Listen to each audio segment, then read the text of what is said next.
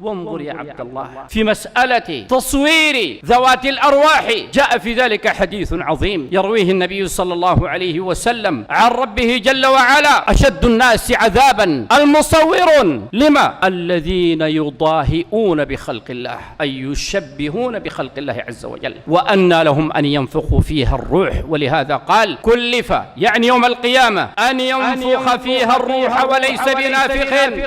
مجرد التشبه في الأمر الظاهر وفي الشكل الظاهر جعل ذلك من التشبيه المحرم، فكيف بمن يقول إن فلانا يدبر الأمر وأنه يفعل ما لا يقدر عليه إلا الله جل وعلا؟ وأين أولئك الذين يعبدون مع الله غيره، يلتجئون إلى الله في الشدة والضراء وفي الرخاء وفي الخير وفي اليسر وفي العسر، في شؤونهم كلها يذبحون لغير الله جل وعلا وينذرون للأموات ويفعلون ما يفعلون، والله جل وعلا قد قال: واعبدوا الله ولا تشركوا به شيئا، وقال: فصل لربك وانحر. والنبي صلى الله عليه وسلم قد قال: لعن الله من ذبح لغير الله، فالذبح تقربا عبادة لله، لا يذبح لغير الله جل وعلا. بل وصل الأمر إلى أنه لو ذبح مسلم لله في مكان يذبح فيه لغير الله فذلك منكر